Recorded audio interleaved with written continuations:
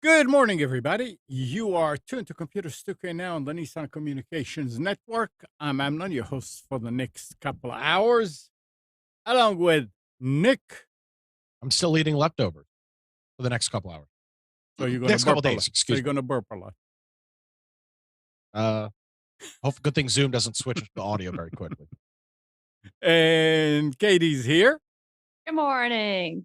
Good I'm morning. in my post-turkey haze. I'm still, eh. Gal is here. Good morning. Good morning. Good morning. Good morning. And Spence is here. Good morning. And it's not just going to be leftovers today. It's going to be leftovers for a week. And the first Spence has original become- one we had was leftover turkey egg rolls. That's interesting. It was That is actually good. It interesting. was the same stuffing, vegetable, and turkey in an egg roll, and you dip it in gravy. Nice. Oh boy, that was good. Our number is 919-518-9773, Computers 2K Voice on Skype. And today's show is made possible by vMix Software and is sponsored by Tom Sinclair of Live Streaming Gear. I don't see anybody with black anything. How was your Black Friday? Oh, pretty good. Did you? I bought digital stuff. I didn't buy any physical things. A lot of software stuff was on sale. So I was like, heck yeah, let me get that 50% off for this software stuff. I bought a couple things. Nice. Nothing extraordinary. Just this is a good. It's Black Friday is a good time of year. And what I actually did I was traveling on Black Friday I was in the car for about an hour and a half each way. And I just looked at my Amazon wish list of things that I had added in the past. Like I needed a new iPhone charger cable for the bedside, one of the long ones. I've had it on my list, and it was on sale. Saved like instead of it being $9, it was like $5 or whatever. So Yep. just a bunch of stuff like that. Nothing extravagant or extraordinary, but a whole bunch of stuff on sale. Yeah. Yeah, as far as iPhone, iPads, Katie had a couple of iPads, that old one that she wanted to throw away. And I said, no, don't throw it away. Bring it over. And I tried. Well, can give them away Yeah, for it's somebody. Amazon's hottest new Can- piece of technology, an iPad from So- 2009. Nick, I can just imagine watching Amnon go through the process of getting it. No, It's I just was not about classic. to go. I mean, I was going to get Hannah to come and do all the software stuff. But as it ended up, Katie was here Friday and she could log into them and everything. So she reset them and they're ready to go. But the thing is, I have those little cubes, like what they used to do for the iPhone. The 5-volt, the 5-volt little yeah. chargers. Yeah. So, and I had a whole bunch of lightning cables. But it said, no, one of them said it was charging. charging. The other one said not Not charging. enough, it's not enough amps. Well, that's why I'm bringing it up. It had nothing to do with amps. Or maybe it does have to do with amps, but it has to do with the cable. Because yeah. what I did is I went and we have the new iPad for Kathy that has the 20-watt thing, USB-C. USB-C, whatever. and I plugged it. No, first I tried the charger itself and it charged. So I went ahead and I got some chargers that have USB-C and USB-A. And it didn't work with the USB-A either. And I said, that's a load of crap. And I said, wait a second, let me try. So I went and I got the USB-C cable and put it on, and it worked. I found another USB-C cable to Lightning that I laying around. I tried it, not charging. So I went ahead and I ordered, I should get them tomorrow, 3 cables for iPhone that says something iPhone, Apple something certified, whatever. We'll see. But Yeah. that was very interesting. That it wasn't more amps for these chargers. It was more wattage. It was 20 watts versus I don't know what it was, but they all have. But I can't remember now. I'm all confused about it. And I said, cable really makes a big difference. I always heard that, but Yeah, apparently, there's a lot of junk cables out Yeah. there. Yeah. I have a couple of USB chargers now, as well as a IQ. What is it called? IQ charger. Yeah, the Yeah. wireless charging. Yeah, but I'm very happy with the rapid charging. Works good. I would wear my watch and then I'd wear it all day. I still want to wear it overnight, and I just put it in the charger for 15 minutes. I was getting ready to go to bed, and it would be almost fully charged again. You wear your Apple Watch to bed? Yeah. What's that? Has that been a problem for you? Has it bothered you? My mom I does can't wear that mine. too. It Sure. hurts my hand. I end up sleeping in a funny way, and I end up hurting myself. I used to wear the knockoff smartwatch that my daughter gave me, that because I was looking for look. I wanted to see what my sleep pattern was like. Yeah. And that's really what I'm using it for. Yeah, I'm with No, you, Nick. I can't wear mine to bed either. It drives me crazy, but my mom wears hers. Yeah, I wish I could. I'd love to be able to see my garbage sleep habits and patterns. I want to see that plotted out on a graph. I don't need to Buy see a it. I know I have different- garbage sleep patterns. The other thing I buy like a about it different is buy a different strap. Yeah, It's they the strap that's sell usually they sell like a sleep only. It's not even a smartwatch. It's like literally like a gel band that you can get for sleep. They're not expensive. They're like $25. I was gonna get one of those. It looks like a little those Live Strong bracelets, the little yellow ones that everybody used Yeah. to wear. It's essentially like that. It looks like one of those. Another thing I like about it is the alarm, so that I when I'm sleeping, I need a lot of noise to wake up. Mm. And if I left my phone, it's on an increasing volume I have a very mellow alarm. I don't want to have anything screeching, but when the alarm, it'll just come up slowly until it gets loud enough. And by the time it's loud enough to wake me up, Pam's awake. So this way, it starts out just by vibrating on my wrist. Yeah, mine I does can that. get up that way. Yeah. I have an emergency alarm that goes off at 5:30 every morning. It's like that's my last ditch effort. If I'm not up when that alarm goes off, there's a serious It's problem. the submarine dive alarm. Yeah, literally. Yeah. I mean, it is red alert. And it has saved my ass a time or two.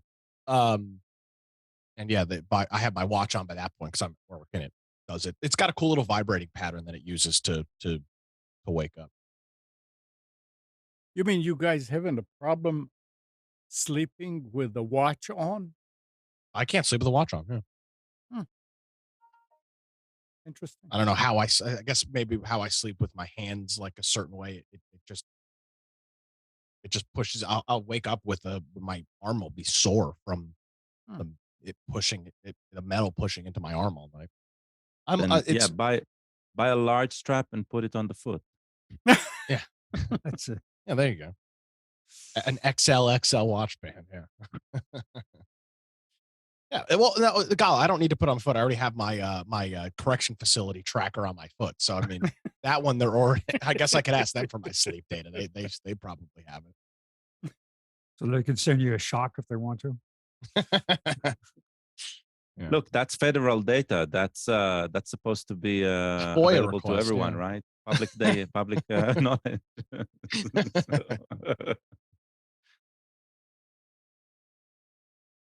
Um, So Twitter has lived to see another week after, every day it's the end of the platform and it's melting to the ground and it's over. And it has it is absolutely joyous to see some liberals just absolutely lose their minds.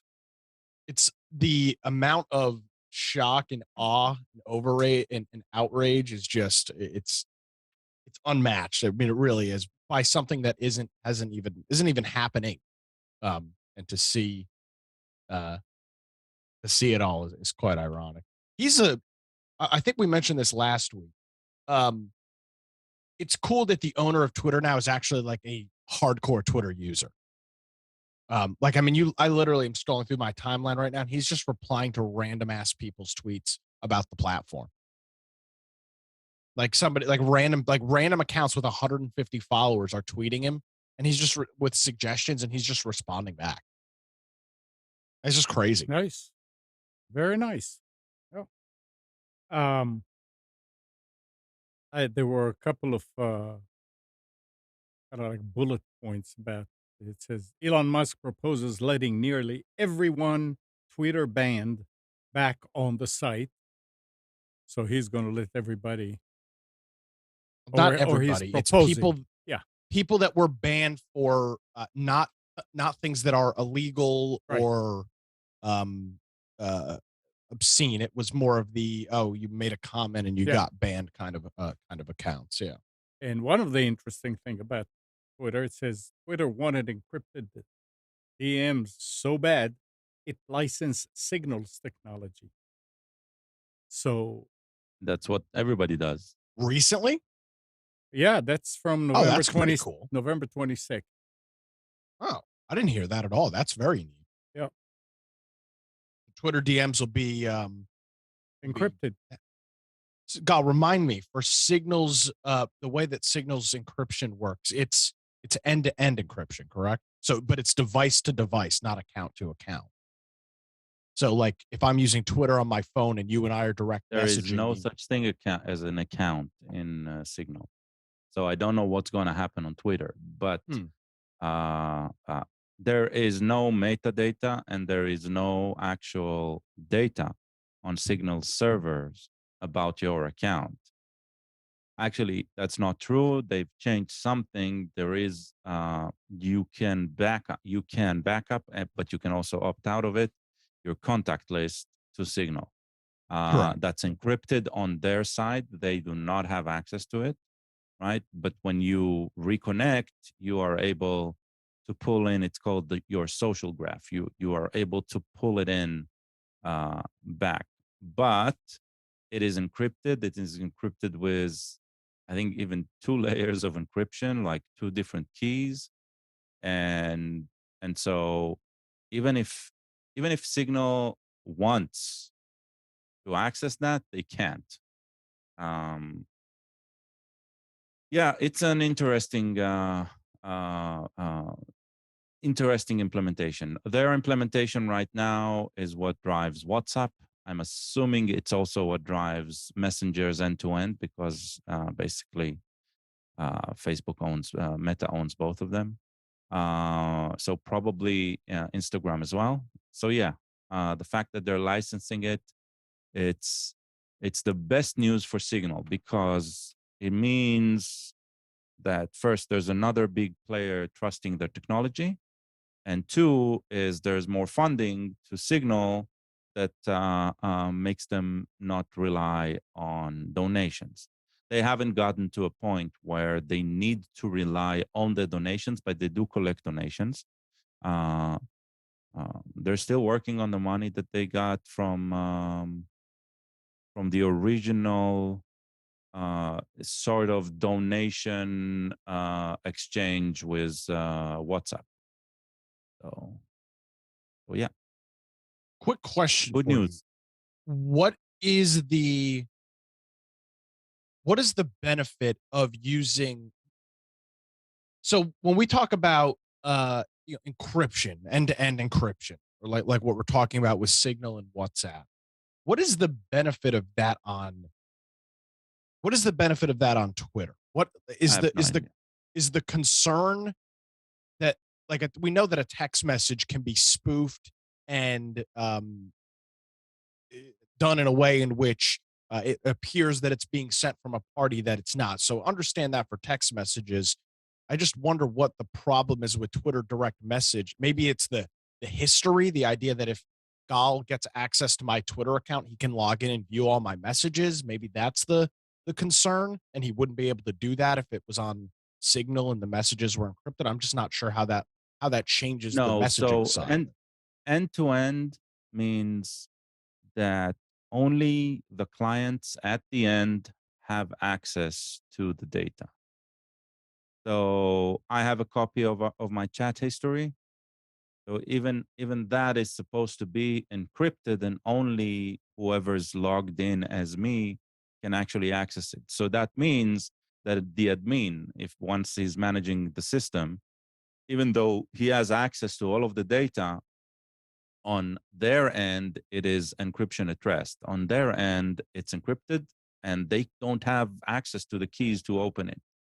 But then again, I don't really understand how they're going to implement this in Twitter. Is the client going to be the one opening the conversation, right? De-encoding, decrypting the conversation on their end? I don't know. It feels like it should already be end-to-end encryption, but not encryption at rest. And if that's the case, then I don't know what the benefit is. It's all about whether they're going to be ballsy enough and expose the technology and explain how it's implemented. But then again, Twitter never showed exactly how they are running their system. So I don't think they need to. I don't think even the fact that Elon Musk is trying to uh, uh, gain the trust of its users again, I don't think it's that big of a deal. But we'll see.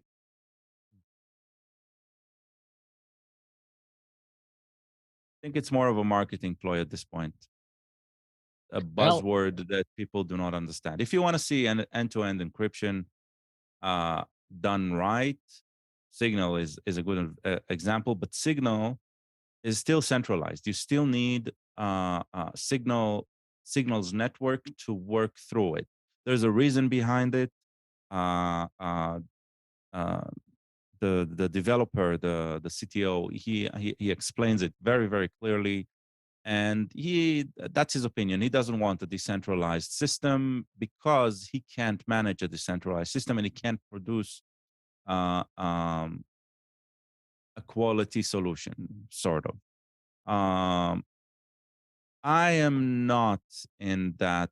I mean, I understand his misgivings, but I also think that the whole the whole thing about freedom in our technological age is education, right? And so we need to educate enough people to be able to run their own systems, and that's when you get true a true flat distributed system with no single point of failure.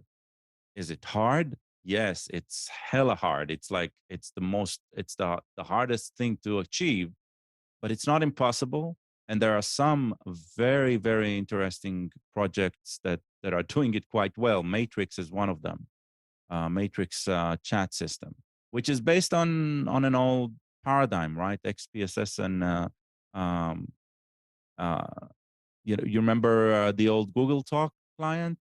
Uh, it uses the same protocols underneath it, right? So, but they found a way of doing things distributed, and it's working quite well. And we are some of us here are testing Beeper, right? And Beeper is working extremely well with that, with problems that they have from time to time, they manage it very, very, very well. So there are solutions which are really end-to-end encryption, which are really freedom-oriented, sort of, right? But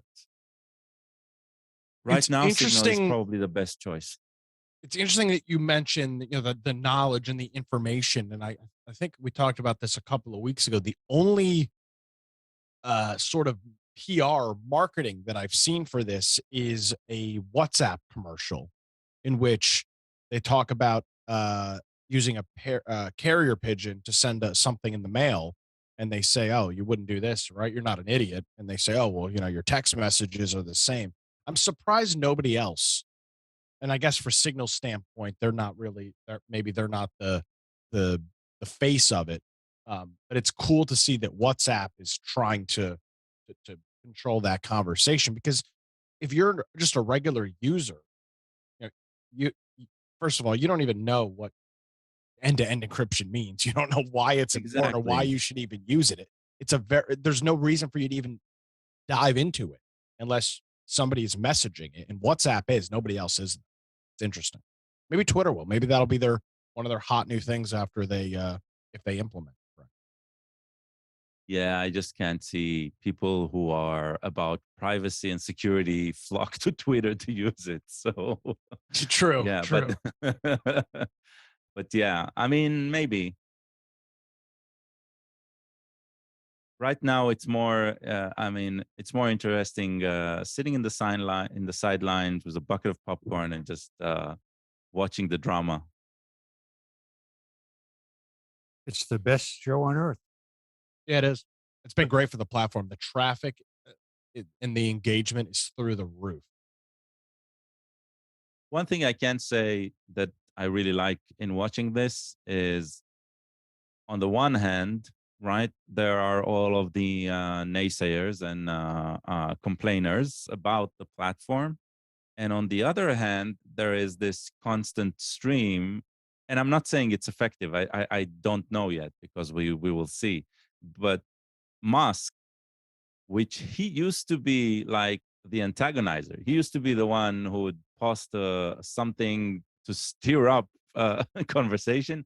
He now is the one trying to calm the waters by speaking like to the point, like answering specific answers, seeming engaging, uh, which I find funny. I wonder if it'll stay that way, or he'll get back to his own the patterns of usage that he had before, which was, oh, look at this funny thing, and then he gets a ton of uh, reactions, right? Yeah. Just to see It's what's going on. it's been interesting to see the reaction to him. I think is what I find the most interesting, because everybody, most people were huge Elon Musk fans because of his work with Tesla and SpaceX. And there are some problems with some things, and with SpaceX specifically, that I've had hesitation with. But overall, most people like Elon Musk, and a lot of people championed him. Right. And it's interesting now, if you go on Twitter, I was just scrolling through when Al was talking about the encryption thing, and there's people that are now tweeting out about how Elon Musk really didn't start Tesla. It was these two other guys, and he stole the company. And it's like, oh my God, like, your hero, your savior is now, like, now you have to find everything that you can to destroy him. And it's very interesting to see. The DOJ announced they want to investigate him now also. So Good luck investigating a private organization that has no public funding or anything like that. That'll be interesting to see. We'll see. He'll I have a strong suspicion he will be able to wade through all of this and come out on Of the other course. side. Well, I don't say of course. No, I I think it takes say. a very unique individual to be able to put up with this bullshit for months and months and months and months, and I think he'll do it. Yep. He's become public enemy number one in a matter of a month's period of time. It's pretty remarkable to watch, honestly. he's the guy who won't be canceled. They'll try their damnedest. Anyhow, did somebody here once say that the internet is like an echo chamber? Social media is an echo chamber. A lot of it is. Yeah. Well, listen to this and tell me who's the originator of this echo. The U.S. government has banned approvals of new telecommunications equipment from China's Huawei Technologies and ZTE, reports CNN, because they pose an unacceptable risk to U.S. national security. Did we hear that before?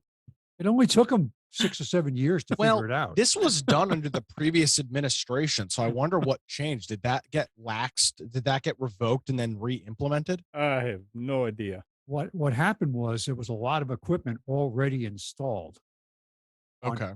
and network upgrades, and they banned it once they figured it, there's no new stuff going forward. I don't know if they were forced to take that stuff out. But this has been going on. Router code was stolen by them 15, 20 years ago. And they you could go and look at line by line in a highway router code, and you'd see comments from Cisco employees about this does this does this. It was just copied, literally copied. Well, it says the And U.S. federal that was 15 years ago. the FCC said on Friday it had adopted the final rules, which also bar the sale of import of equipment made by China's surveillance equipment maker Dahua Technology. Video Drones. surveillance from Hangzhou Hikvision. Digital Hikvision. Yep. They're very popular. Yeah. And telecoms firm Hytera Communication. The move represents Washington's latest crackdown on the Chinese tech giants amid fears that Beijing would blah, blah, blah. And there was an added thing. It says also that the UK government will no longer deploy surveillance equipment made by Chinese companies at sites it considers sensitive. But we'll use them other places. Well, I mean, people use them. Well, People that's will where everything comes from. still buying them. We I mean, won't put it in the government offices, but we'll put it in the clinic. Did you see the story about how they're now concerned that there are drones Yep. penetrating Washington closed airspace? Oh people yeah, are- they're in the shape of birds, no? Yes. Pigeons aren't real. Yeah, so I was say birds aren't real. they no. Everybody apparently knows that. there are DJIs, Mhm. and they do have something in them built in that prevents them from going over certain areas that are closed. But they said that the owners are modifying it, and they can go. Yeah. Or you buy a cheap Chinese knockoff drone that doesn't have that protection like DJI has, and then Yeah, that's do whatever also possible. Yeah, absolutely. Nobody would do that. No, of course not. Of course not. Huawei is a serious threat to national security. Yeah. All joking aside, I mean, there is some, and believe me, I'm not saying that the U.S. is. I have no rose-colored glasses that the U.S. is some amazing entity, and they would never do something like that, because we absolutely would. But the difference is that Huawei is doing it, and people are just people just sat on the sidelines, like Spence mentioned, for years, and allowed this to implement and infiltrate so many different avenues. Over in Europe, almost their entire 5G infrastructure is on Huawei antennas and radios. Nokia is about the only other one that's making 5G panels and antennas. And yeah, their whole thing is Huawei. So the guys sitting in the office at the CCP, they go, "Could you find this guy for me?" "Yeah, no problem. What's his name?" "Oh, here he is." Yeah. Oh yeah, he's connected to this tower and wherever. Yep. And talking about 5G, within the European Union, airlines will be able to install the latest 5G technology on their aircraft Look at that. Mm. A few months ago, they were talking about we cannot use 5G on around airports. Here Because it now, would interfere. it's Yeah. in the aircraft, allowing passengers to use their smartphones and other connected devices just as they do on the ground. I heard they came up with a very sophisticated fix for it. They took all the stuff that's suspect and they wrapped it in tinfoil. Do they wear I- the tinfoil? They I've have heard gigantic sheets and they just rub it around and it's fixed. That's no problem. I've heard the whole cell phones interfering with planes is a total myth. And there's been no evidence to prove that cell phones and 3G, 4G, or 5G has any impact on instrumentation or They anything. want you to buy the Wi-Fi on the plane. No, so this all started. There was a single plane crash. I don't remember when. This is 90s something, and the investigation showed that, if I'm not mistaken, in that particular case, it was a laptop. Remember, laptops were not laptops. It was like a portable computer that was the cause, and the problem was RF shielding didn't work as it should, and it interfered with the controls, which caused the crash. From that point forward, any electronics, right, were pretty much banned, right? And the main change was 4 or 5 years ago, where they started allowing Wi-Fi and Bluetooth. Maybe 10 years now, I don't remember, right? But when they started allowing that, right, that the major change that came last was allowing it during takeoff and landing, because that is the trauma from the original situation. So it's not because they've tested 5G, 4G, 3G communication and said this is going to drop the system down. It's because the original crash, which was the plane's fault, not the computer's fault, right? But because there was a computer involved and that was probably the cause, that's why the banning came in. And this is pre 9/11. Right? This is before 9/11.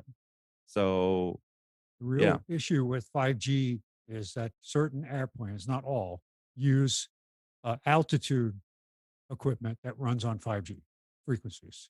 And that's the problem, is because if you have a 5G radar and you have a 5G other things going on in the area of communications, it could interfere with the plane's altitude sensing equipment. That's tied to the glide slope, that's tied to the autopilot and all that stuff. It's not every plane.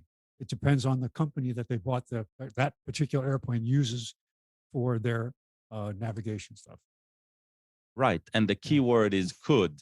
It has Could. never been tested. Yeah. They have never proven it, right? And What I 5G find- is a new problem. This was communication for this was banned right way before. So What's so shocking about it is with NTSB and the FAA and all of the testing that they do for planes. I mean, the amount of rigorous testing before, for example, look at the was it the Boeing Max liner or whatever the hell it was that was, the couple of those planes that crashed that were off the market for years because of the Malaysian Airlines crash and all that stuff. The amount of testing that they do for airplanes is astonishing, and that's why people don't die in plane crashes. It just doesn't happen. Until McDonnell Douglas bought Boeing, and that's when things started to slide. My Because question they're- is though, why is the government not testing this stuff? They test everything else. I mean, it's just like why are these it's amazing how as Gal talked about, something from the 90s with no reputable information proving that it's we just your phone is going to cause the plane to crash, so put it in airplane mode. It's just crazy. Yeah, I Because it's the there's easy, nothing based on it thing at to all. do. It's the It is, I guess. It's just, Yeah. we're worried about this. We'll ban everything, so we don't have to worry. Yeah. No, Nick, I'll tell you what. The government's testing everything else. They're testing cars. It's testing, everything. They get a couple of units and they test it. Try to get somebody to give them a Boeing. NTSB, that's all they do. literally all they do To is get an is airworthiness certificate for a plane, you have to go through extensive testing. incredible. And by the way, you might like, oh wow, the testing is rigorous. These planes cost like $500 million. Yeah. Like it's not like this is this is huge money that is invested in these aircraft. Right. So it's not like they're this isn't a little 2-seat Cessna we're talking about. We're And talking what- about a $500 million airplane. And what It's just Boeing crazy. did when they introduced the 900 MAX was they said that in order for us to save money for the airlines, we're going to not call this a new airplane. We're going to make this be just a subvariant of the existing plane, even though we completely changed it. So they rewrote the software that because of the new, what happened was the center of balance, center of gravity in the plane was changed because of new engines. So normally they'd have to go through the whole new airworthiness certificate to make that plane available. But to prevent the airlines from having to put people in a training program to learn how to fly the plane, they said, oh, this is just a minor change. Just have guys take a PowerPoint presentation and they're all set. Mhm. And that's what happened. US Airlines, though, actually put their people through simulator training. They didn't have to, but did. But other airlines around the world didn't. So they didn't have people who were experienced on what to do when this error showed up. The plane would go into a dive because the system, it would hit this error and the system would just basically take over the plane, and people didn't know how to clear the error. It's tragic, but that's what Boeing did to say it, basically to make it look like, oh, it's just we changed the color of the cockpit and added a few switches. It's okay. Well, speaking of that, I'm sure you guys saw this past week that helicopter crash in Charlotte. It'll be interesting to see what the cause of that was. Those helicopters are incredibly dangerous, especially the ones that I don't remember what the model of that was, but that is known as one of the. There's plenty of people that will refuse to fly those pilots because they're so damn dangerous and they're so susceptible to. Was that the falling out of the sky. traffic helicopter? Yeah, well, it was their news helicopter. News helicopter. But it's one of those single prop. It's one of those single prop helicopters. Sad. No, I did not hear, but that's interesting. Yeah, it was a WBTV in Charlotte crashed Wednesday or Thursday. All right, listen to this now. Twitch is cracking down on accounts belonging to users under the age of 13 as part of its efforts to protect children on the platform. Nick, you can't log in anymore. In a post on Now? Twitch, How am I gonna watch girls sit in hot tubs on a video game website? I don't understand. This is it's really concerning. so in a post on Twitch's safety center, the Amazon-owned company announced that it's improving its methods for detecting and terminating the accounts belonging to young users, and is also working on ways to block users who were previously suspended for being under 13. But what happened if they had a birthday and now they're 14? These changes come after a report from Bloomberg revealed rampant child predation on the platform. The report, Wow. first published in September, analyzed 1,976 accounts on Twitch with follower lists made up of 70% or more users who are kids or young teenagers. According to Bloomberg, a total of 279,000 children were targeted by these alleged predators on Twitch. Well, this is what they've decided to do, though. They have completely. I mean, Amnon, you've seen it. You go to the Twitch homepage, and it's just a bunch of. Literally, their whole platform now is just women junk with junk. women with their cleavage hanging out on the platform. That is Yeah. literally what Twitch has become. And now they're shocked, and now they're concerned about some of this stuff. I mean, what a joke. Amazon has completely destroyed this platform.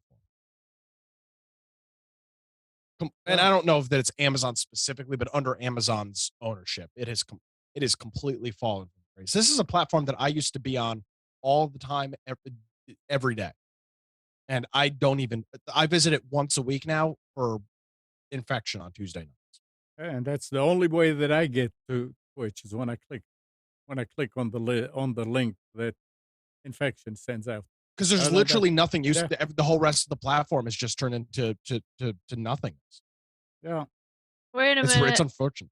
I'm getting new World of Warcraft mount drops because Blizzard is teaming up with Twitch, where if you watch people that stream World of Warcraft, you get free stuff. So that's the only thing I'm using Twitch for. Oh, they still do some stuff. Absolutely. I mean, Katie, you go to the Twitch homepage. The stuff is everywhere. I mean, it's just like literally. I'm on the Twitch homepage, and one of the top viewed categories is pools and hot tubs on the video game streaming website. It's I mean, so it's like you know what? I think I'm stretching.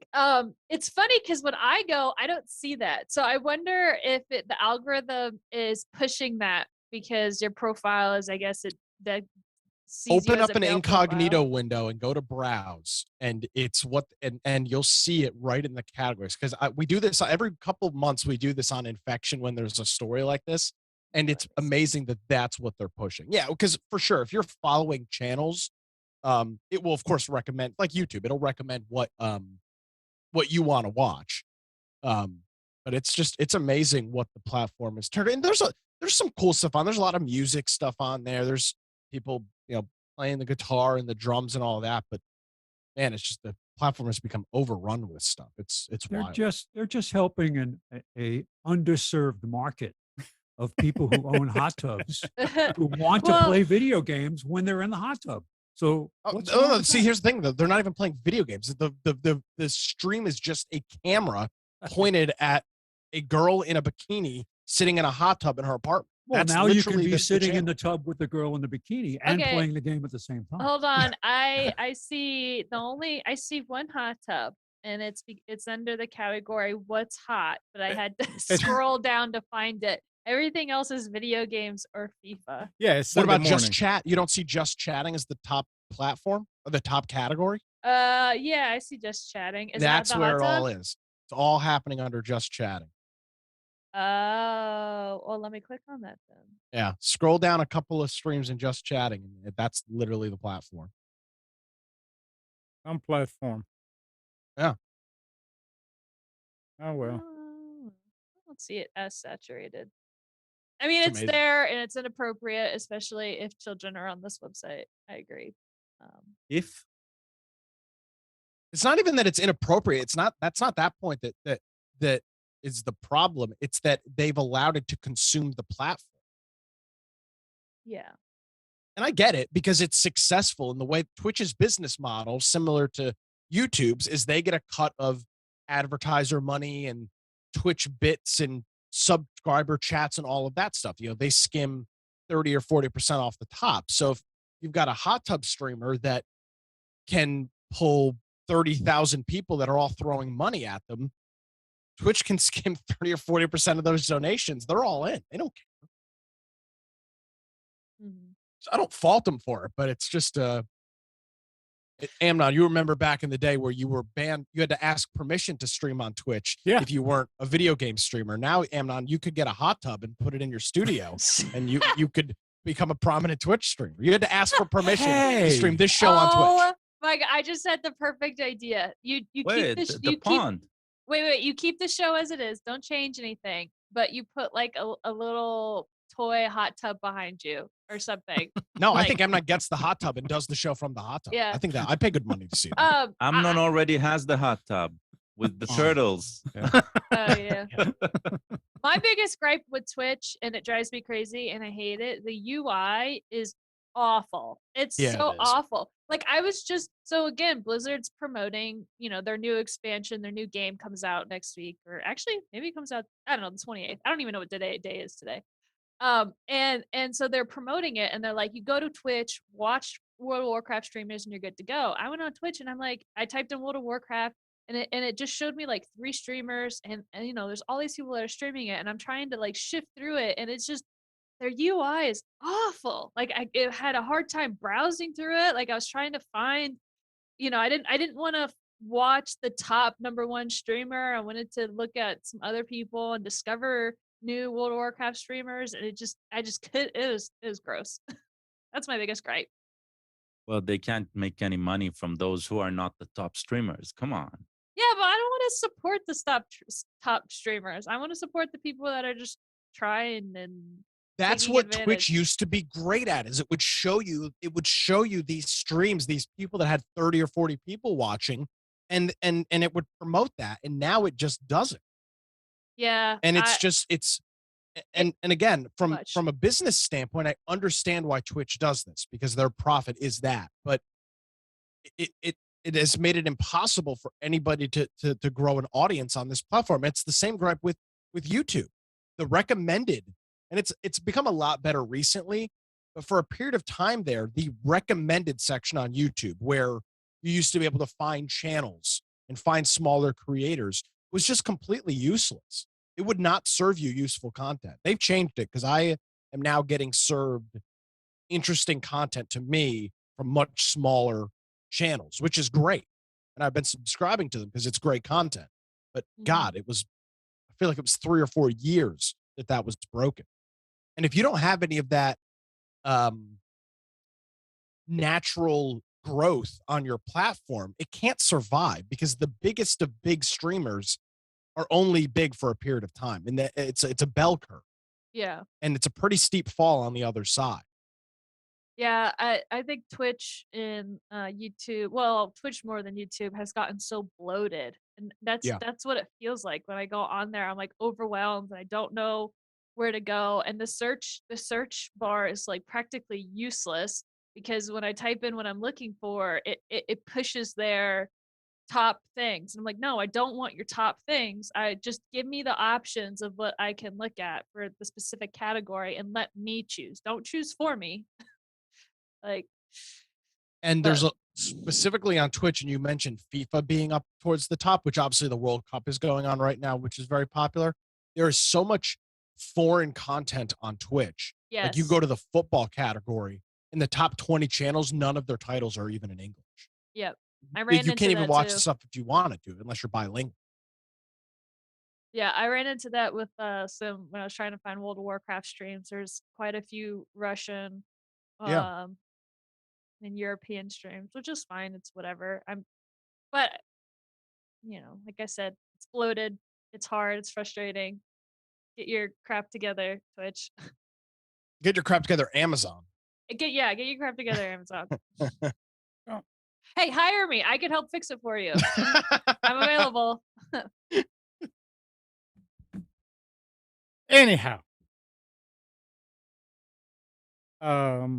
shares of Zoom have tumbled about 90% from their pandemic peak in October 2020, as the former investor darling struggles to adjust to a post-COVID world. The stock was down nearly 10% on Tuesday after the company cut its annual sales forecast and posted its slowest quarterly growth, prompting at least 6 brokerages to cut their price target. The company, which became a household name during lockdown due to the popularity of the video conferencing tool, is trying to reinvent itself, focusing on businesses with products such as cloud calling services, Zoom phone, and conference hosting, offering Zoom rooms. We talked about all that. I have a suggestion. They should, there's this little company, they're trying to do something new with these goggles. They're called Meta. Mm. They're trying to build a metaverse. Maybe they should bunch together. Yeah, I said this No. probably 6 months ago. Why has nobody bought Zoom? Because everybody has the Chinese. solution already. It's not like their solution is that unique. Yeah. So it's just about using another platform, then just switch platforms. Everybody already has a platform implemented and in place and working, right? So they're competing with Teams. I use Teams. Every business uses Teams. Like, Correct. I don't know. I know they're trying to go after the big bucks with the businesses, but you're competing with Microsoft on that. I would change gears and switch it and do more personal stuff. More small, like, I don't even know what the term is. I don't want to say small business, but like, do you really want to compete with teams that's already free and in businesses already? Like, I feel like they need to go a different direction. But granted, I don't know if they want to make the big bucks, maybe they have to compete with teams. I don't know. I'm not a business major. It's not about them competing with teams. It's about a business trying to manage their expenses and not being able to justify $15 a month for a Microsoft license and then another $10 a month for a Zoom license when Microsoft already has the solution built right in. It's just they have to bundle it like Adobe or somebody like that. I think would be a great purchaser of Teams, especially with their Creative Cloud suite. Adobe Mhm. gobbles them up. It's a feature of Creative Cloud. A lot of people already have Creative Cloud subscriptions for Photoshop and all that. Perfect. But God, no business in their right mind is going to invest in an ecosystem like Zoom when they already have either Gmail or Mhm. Office 365. Just don't make sense. Nick, Casual user, Zoom is still useful, Yeah. but the 40-minute limit is back in place again. And it And just, for the casual user, you're yeah, not going to ever buy it. You'll just use FaceTime or something else if yep. Zoom becomes unbearable. We Or have a Skype or monthly, Meta chat or Facebook Meta the Meta Messenger or video chat is I'm sure is just as good as anything else. we use it for, or I shouldn't say, I don't set it up, but my brother-in-law sets up a family amongst Pam's siblings. We have a monthly Zoom meeting There you go. that's carried forward from COVID, which has been good. I mean, but it's, you have to watch the clock. It's 40 minutes, you're done. Bye. um, Nick, remember I sent you a link for somebody on LinkedIn? Send me a link to what? A LinkedIn uh connection. I Uh, wanted you to get in touch with that guy. It was oh, yes. the company made something that's like Yeah, Zoom. it's equivalent. Yes. You never did, Are you did asking me if I ever did it? you? You didn't. No, of course. Yeah, No. I need to get back with him because I mean, it did say that they sell it to radio station. I mean, TV stations and things like that. It's a lot of money. But he Well, that's said, one thing where but Zoom has done. If you notice now, day prior to COVID, if you were going to be on TV, big like network television, we're not Mhm. talking about like Newsmax or one of these channels, Fox News, CNN, MSNBC. You would go to your local one of your local television stations, and they would sit you Right in a room, and they would use they'd use a backhaul system, and you would do it from the TV from studio. the TV studio. You'd be sitting behind a huge flat screen TV and you'd be wherever. Yeah, Now, everybody's just on Zoom. yeah. The I see standards it have on been CNBC lowered. all the time. And CNBC still uses free Zoom meetings. Those sons of bitches are still using free meetings because every once in a while I'll be watching and the 40-minute notice will pop up and they'll quickly cut away. It happens all the time. Gee. Well, the thing is that guy, and I can't. I mean, I'm trying to find him. He did say that they're trying to branch out to internet, and he said, "We'll let you guys use it for free for as long as you want." Hmm. And he did a demo with me, and it looked really good. I guess I'll back. There's just a lot of other alternatives to Zoom Yeah, with everything else. And they're in a really tough spot. yeah, I'll find it anyway. it's Jeffrey Tubin's favorite video conferencing Yeah. system. Yeah, I'm sure it is. Well, are you ready for specials, Nick? I am. And taking some suggestions from our good friend Katie last week, instead Uh-oh. of doing regular specials for this week, we are doing a Cyber Monday Yeah. edition of specials.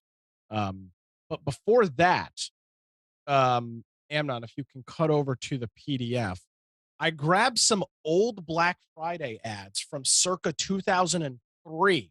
I wanted to look at these really quick. So this is a mix of Circuit City, Staples, Best Buy, and some other PC retailers from back in the day. So 2003, we were sitting, well, actually, Amnon and Spence probably were sitting here in 2003 doing this show. You would have found this. This is a hot buy. This is an HP Pavilion with a 512 megabyte, 512 megs worth of RAM, an 80 gigabyte hard drive, a 17-inch full color LCD screen, 802.11G, 54 megabit wireless card for $1,700. That was available. How the hell do you get to grandmother's house over the river and through the woods? Well, you buy a $1,100 Garmin GPS, the Garmin Street Pilot 2520 with I a remember 10 that. gigabyte hard drive. Holy moly. It's a lot of maps you could store on that. Elton John selling this Gateway computer with a Pentium 4. You can buy it with the monitor for about $1,000 or without the monitor for $800. And I thought these last two things were pretty cool, specifically the middle ones. Gal, do you ever remember flash drives being called gigabanks? A 4 gigabank drive is, I guess, the branding for this. That was $129 for 4 gigs of portable storage. How about this, though? A Canon Coolpix camera, $199. You get a free color printer with it. I got one of That them. I actually remember. Yeah. And then, of course, your traditional SanDisk. I had one of these. I thought I was hot stuff. This SanDisk MP3 player with 1 gigabyte of music. It also has an FM tuner for $70. That's so expensive. Yeah. And this was, again, this is circa like 2003, 2004. So I thought that was kind of cool for some older Black Friday things. All right. So here we go. Cyber Monday. A lot of these things, a majority of them are not available to purchase right now because they are set to come on sale. So got a lot of stuff in here. Let's get through it. First off, over at Amazon, here's a 15-inch Asus VivoBook with a 11th gen, unfortunately, Intel Core i3 processor, 8 gigabytes of RAM, and 128 gigabyte solid state drive. Not a bad computer for the price. You'll find this, it's normally $450. You can get it on sale for 33% off, just $299. And I believe that's available now. The Amazon Cyber Monday deals are live right now. So just be mindful of that. At least at Amazon, you can buy some of these things now. Where you can't buy some of these things now is over at Walmart with this ONN. This will be on sale tonight. I think 7 o'clock tonight is when Walmart's Cyber Monday starts, which makes no sense. But so 7 o'clock Sunday night, you'll be able to get a 50-inch on brand ONN. That's Walmart's television brand, which is this is a Roku television with Dolby Atmos, local dimming, so meaning it supports a version of HDR, and it says 120 hertz effective refresh rate. It's not. It's 60 hertz. There's some weird stuff where they're doubling the hertz, but it's a 60 hertz television. It's only $288. Pretty hard to beat for a 50-inch QLED TV available over at Walmart. That goes on sale tonight. I think the term is value per pixel at this point. Yes, that is exactly what it is. And if you're going to buy a new television, the sound in it will be atrocious. The built-in speakers suck, especially on these cheaper ones. So how about this for you? Hisense, the television brand, they make a really cool sound system here. So it's a sound bar that you would put on your TV stand or mount it, with your television. Then you have a sub and 2 wireless speakers. You can get this whole kit. And by the way, it supports Dolby Atmos, which is pretty cool. 5.1. It's got eARC in it, so that's pretty cool. You can pass through your audio to it. It also supports Bluetooth as well, so you can connect a device to it from your phone and stream stuff there. $129, a really good deal. You'll find that over at Walmart. Next up, Cyber Monday deal, TP-Link. If you are in a place where Wi-Fi coverage is a little sketchy, maybe you've got a 3-story house, the basement, the middle floor, and the Wi-Fi is just a little flaky in some areas. Here's a built-in mesh system from TP-Link. This is their Deco brand, and they claim that this will cover up to 5,500 square feet. It is these aren't just access points. This is the whole thing. So you have a main unit that acts as your router, and then 2 of these satellite base stations. And you can get all of these for just $100. You're getting essentially a router and 2 additional access points for $109. That's 27% off over at Amazon. Pretty good price there. TP-Link makes some pretty good network equipment. Mhm. Next up, starting at 7 o'clock tonight, you'll be able to get this HP. And I didn't put this in there because I'm a huge HP fan, but I put it in here because it's got an interesting processor, the AMD Ryzen 5 5500U. These Ryzen mobile processors are pretty lucrative for their price to performance ratio. It's also got 8 gigs of RAM, a 256 gigabyte solid state drive as well, and it comes with Windows 10 Home instead of the S mode pre-installed. So that's always nice. In terms of ports on this guy, it's got a SD card slot, a combo headphone, microphone jack, a full-size HDMI, which is cool, USB-C. It unfortunately does still charge with a barrel connector. It's pretty typical for these cheaper computers. And then 2 regular USB Type A ports. That's on sale for just $299. As Gal mentioned, maybe your Zoom meetings are just not enough. Well, how about this bundle? This is the Meta Quest 2, used to be known as the Oculus. And this is a bundle over at Amazon. So it's the 128 gigabyte Meta Quest, and it comes with Resident Evil 4 and Beat Sabers. So it comes with both of those games, which are both, I think, outside of Black Friday. Resident Evil 4 is at least $30. I think Beat Saber is at least $20. So about $50 worth of games for it.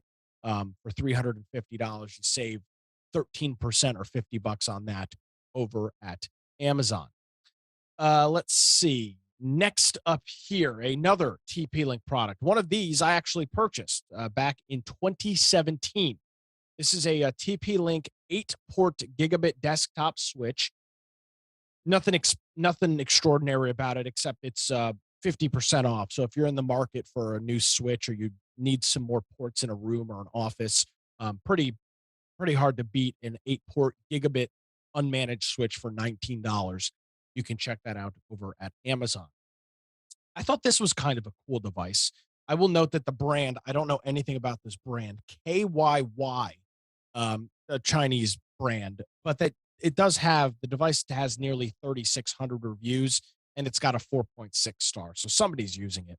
This is a portable monitor. So if you work a lot on the go, you've got maybe a 14-inch laptop or something like that, and you're in desperate need of another screen, this is a pretty good option for you. And I picked this one specifically because a lot of these mobile screens only have a USB-C port, which is great for connecting a new laptop. But this also allows you to connect any device with a mini HDMI cable. So anything that has got HDMI, a game console, a desktop computer, literally anything you can plug into this. It also will work for USB-C as well. So you can connect your Android phone, your new laptop, any of that stuff that supports USB-C display, connect it right up to this device. This thing is normally $219, and it's 32% off. And then there's a $40 coupon on Amazon. So it's $109 for this 15.6-inch 1080p monitor with speakers built in, I'll note, which is pretty cool if you wanted to use it for maybe some portable and mobile gaming. I used this when I was in Alaska, not this brand, but similar, with the 2 HDMI ports. It was excellent. I used the adapter from my phone, HDMI port out. The only thing that was disappointing on it was the speakers. Maybe they were okay, but I actually added extra speakers just for better sound.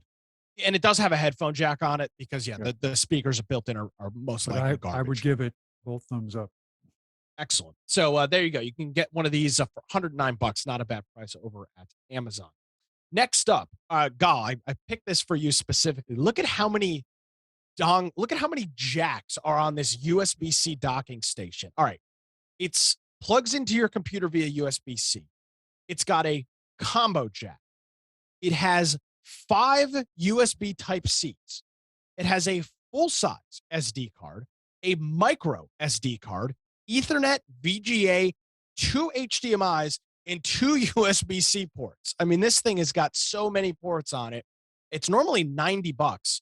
It's on sale for $53. This thing's a monster of a device. But it works. It's great. Just make sure if you're buying this for a laptop that has USB-C, that laptop supports what's called Thunderbolt 3, because that's the interface that's the protocol that the USB-C supports. This is great. Keep in mind, this is a complete docking station, meaning when you hook it up and the laptop boots, it already will show you, it will extend the screen connection. It does not require any drivers, but it does require that the laptop support Thunderbolt 3. So if it's an older machine, even if it has a USB-C, it might not work. Just keep that in mind. I have a compatibility question. What if I have a new laptop with the new Lenovo machine that I bought, the i5 machine? It does not have USB-C charging. Just data transfer. So it should Then be it no way. probably doesn't have Thunderbolt. So check the specs and check for the words Thunderbolt. It needs to have Thunderbolt 3. Yeah, I and would it like to obviously use that. supports power delivery, Yeah. which means that this thing charges on USB-C. So you can check that out over at Amazon. All right, next up, here's an interesting device. Buying a new television and you are in need of a traditional RCA jacks because, new TV, trying to collect the, hold on a second. Hold on one second. I think his cat is messing up something. Spence, about that dock, Yeah. there are USB based where you install some drivers and that'll work on anything, but it needs Windows drivers. Yeah, no, that's fine. I just, I'm going to be connecting via USB-C. Spence, this for the laptop that you have, which is similar to the one I have. I don't believe our device laptops do not support this. They don't support, it's not Thunderbolt and it doesn't support USB-C power delivery. Oh, I don't care about that. It doesn't, the laptop doesn't have that option, which is the communication side. That's what I'm worried about. I want to know. Yeah, you won't have that. Yeah, sorry about that. My cat or my girlfriend's cat had wrapped a drawstring bag around its neck and was trying to run away. So, Oh my gosh. So back to this. Oh boy. I thought this was a really interesting looking device. This is an a standard definition AV to HDMI box. I've never seen one in this form factor, which is kind of interesting. It looks like a capture card, and it's you do need to power it with a 5-volt. I believe it's a USB. It's mini USB, which is micro USB, awful port. But you can connect an old DVD player, an old game console to this, and it will upscale it to 720p or 1080p. There's a switch on the device so you can control it. This is not going to be the highest quality upscaler in the world. If you're trying to get, you're trying to play a retro video game at the highest possible quality, this is not the device for you. If you're trying to connect a DVD player or a VCR to a new TV, this is the perfect device for you. It's normally $20. It's on sale for just $11.99, available over at Amazon. I thought this was a really, really neat looking device. By the way, this thing's got 17,000 reviews and it's got 4.5 stars. So a lot of people are purchasing this and a lot of people are using it and obviously like it. So contrary to the awful Amazon Photoshop pictures, it's a pretty cool looking device. Let me ask this. Yeah. Can it be used as a capture card? You could run it into an HDMI device and it will become a capture card, but you can't connect it to a computer. You'd have to run it into an Elgato. Right, but then I'll need something device that knows how to consume HDMI, right? Yeah, an HDMI capture card, correct. Yeah. It looks just Interesting. like a capture card, which is why I thought it was kind of it caught my eye scrolling through the specials on Amazon because of what it looked like. But yeah, cheap upscale. I'm probably gonna purchase one of these and give it a shot because it does look kind of neat. All right, next up, TP Link again. A couple, three TP Link products. A lot of their stuff is on sale on Amazon. If you've got a desktop computer and you're sick of running Ethernet through your house like Katie, and you've just got cables Mhm. laying everywhere, here's a solution for you. Here's a Wi-Fi 6 PCIe Wi-Fi card, which I would make the argument, and somebody correct me if I'm wrong. You're probably if you live in a modest house and you've got a decent Wi-Fi router, you get one of these cards. It's just as good as having an Ethernet connection. I would attest. Yeah, it's not. Maybe you've got some potential problems with interference, but it's with Wi-Fi 6 and the amount of bandwidth and throughput. I really don't think you'll notice much of a difference at all. So this does require a computer with PCIe, and it is a Wi-Fi 6 device, so you can add that to your desktop computer. It is supported for Windows 11, which is cool as well. And it also, nice thing about this is it also supports Bluetooth.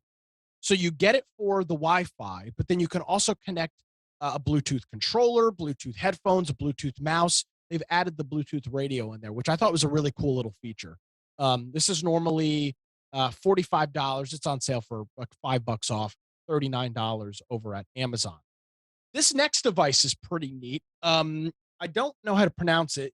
Divoom or Divoom is the brand name. It's the Pixo 64, which is a 64 by 64 LED completely programmable Wi-Fi display that you can control from your phone, and you can you can put pictures on it.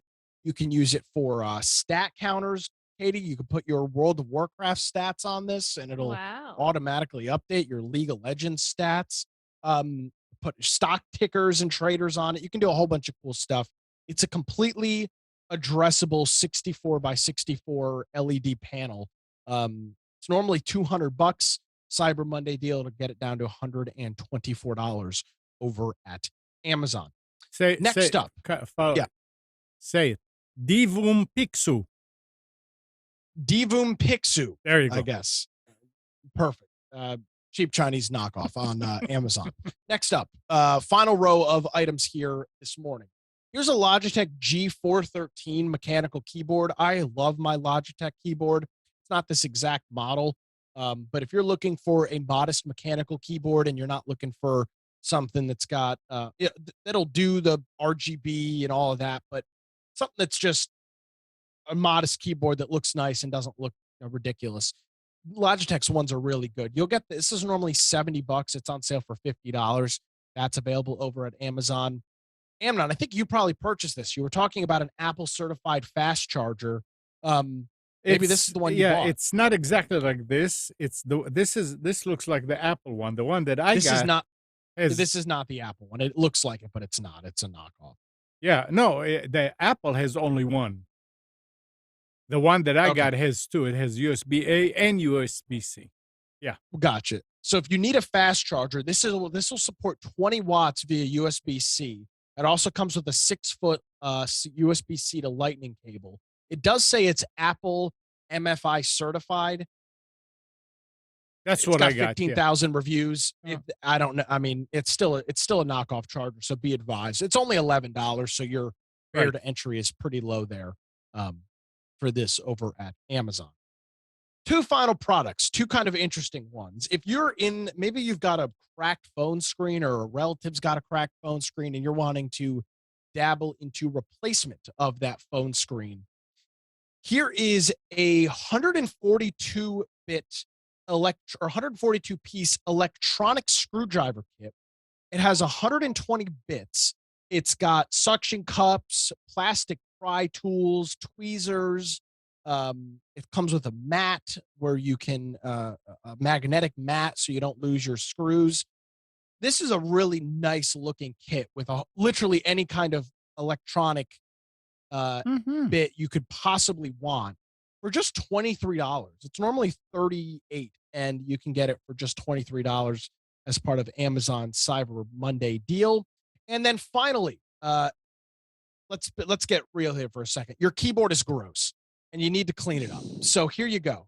Here is the Color Coral cleaning gel keyboard thing. This is a gross looking sticky sponge that you roll through your keyboard. I did order one of these.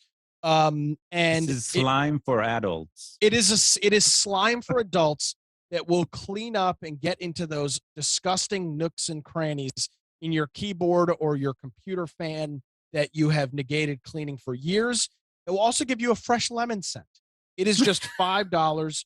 Mine will be here Saturday. I will report next week whether this thing actually works or not. This is part of Cyber Monday. And does it work for belly button lint? Oh. Yeah, I mean, Spence, if you're willing to try it, let us know. Absolutely will. Yeah, let us know next week. I desperately need this because my keyboard is disgusting, but the thought of using this makes me want to throw up. Like, just the fact that it catches it and then it's like, oh, I'm gonna have to wear gloves. Not that my keyboard's like super gross, but like it's like a textured. I don't know. I'll send you a picture of it next week. You better not. I'm gonna quit the show if you send me a picture. I'm gonna do it myself because I need to clean my keyboard. That's enough. I have to work up my mental fortitudes to handle that. Here's an alternative that you can get. You can buy it actually sell it at Lowe's of all places. It's a little brush adapter for vacuums. And it's got a reducer on it. You put on the reducer adapter. If I get in front of the camera here, put this in there, hook it up to your shop vac or whatever, and you can use it the vac. A bunch of different brushes, a bunch of different ends for it. Huh. Yeah, but that doesn't look fun, Spence. The gel is fun. Well, it's Katie, practical, when you get that thing and use it, make sure you take a video and let us see. And wash it after you're done. I'm just gonna throw it away. No, you can wash it. They're washable. That's one and done. I'm never gonna do this again. This is gonna be a traumatizing experience. I don't need a reminder. Use it on the touch controls in your car too. Touch controls. They talk about They talk about the air vent in your car too, which is all gummed up. Your cup holder. Yeah, I'm going all in with this thing. I'm getting my $5.59 worth. My stomach is physically queasy right now. I cannot explain why this upsets me so, but it upsets me. Well, good for that is specials for your Cyber Monday. Thank you, Nick. Yeah, a lot of cool stuff. Don't expect that next week. Yeah, nice. Yeah, good recommendation too, Katie. Thank you for the recommendation because I would have just done regular stuff. Oh, totally. All right. Let's see what else we have here.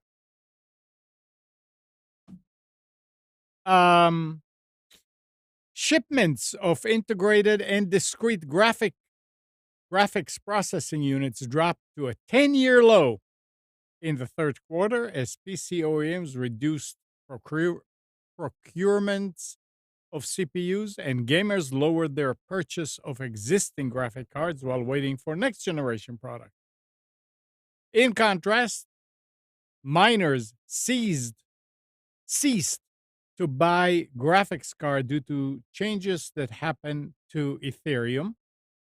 In general, sales of standalone graphic cards for desktop hit a multi-year low.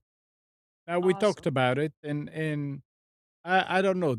I didn't see in the specials or anywhere else, or if nobody else mentioned. Did you see any cheap video cards? Not yet. Not yet.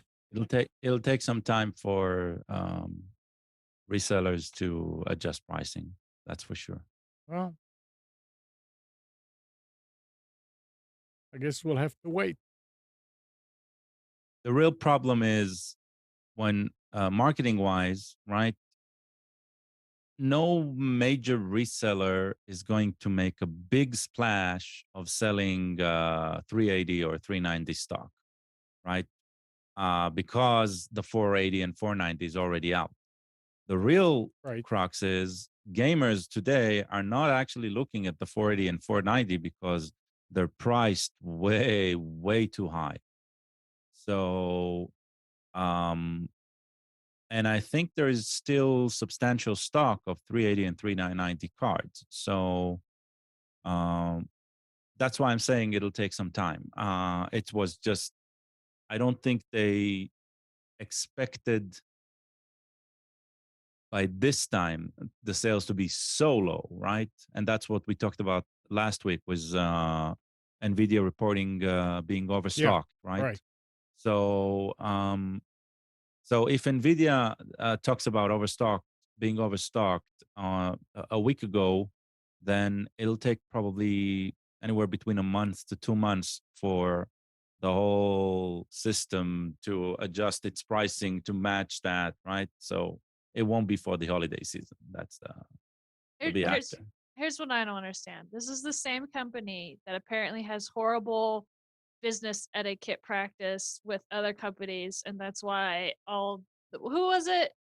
What's the Yeah, graphics card EVGA. company? Yeah, EVGA dropped them, and now they're like, oh, we couldn't foresee this. Oh no, we have too much overstock. Like, They're not overstocked because of EVGA.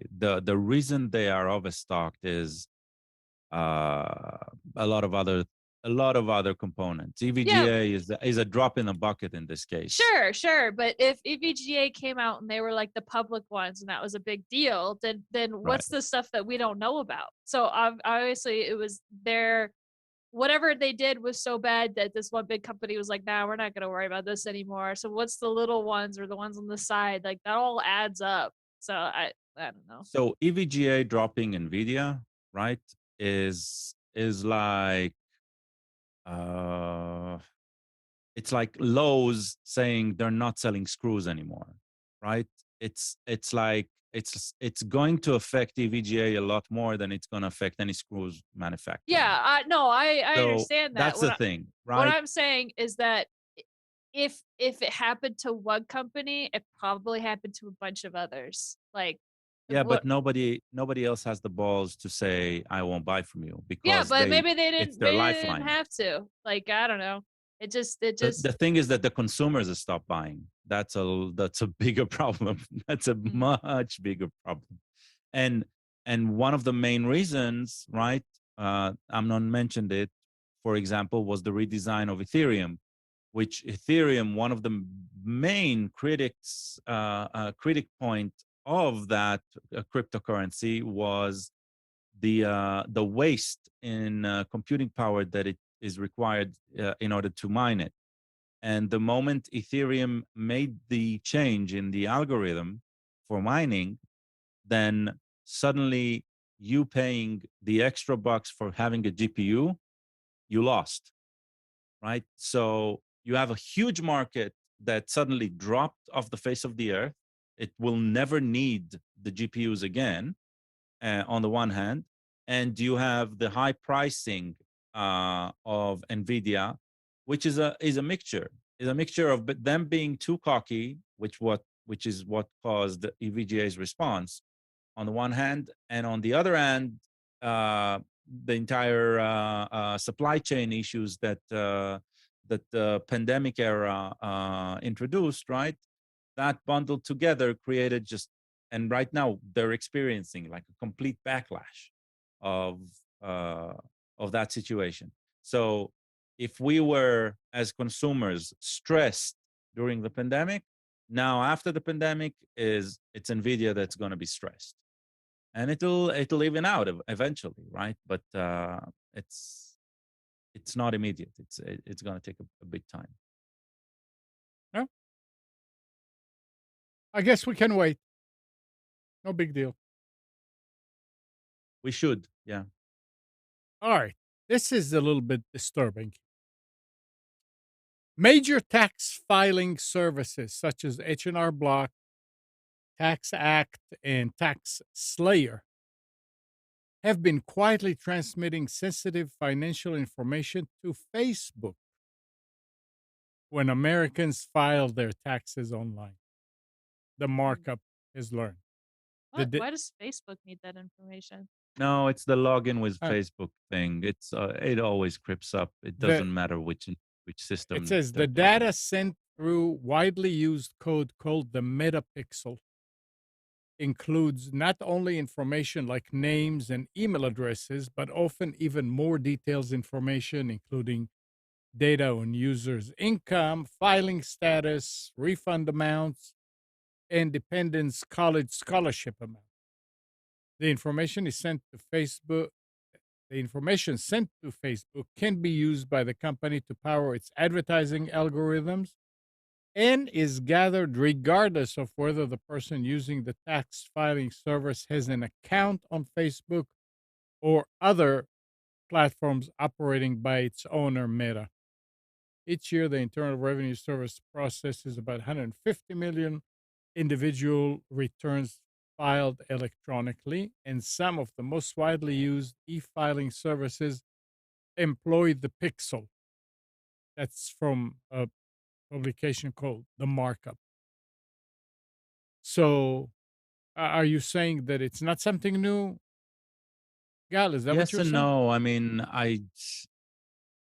nothing in the I haven't read the article, but Yeah. nothing in the article you read mentioned anything specific. It mentioned it may, Yeah. and right, the words are it may, and it says What? that it transmits stuff that is basically fed into the account, right?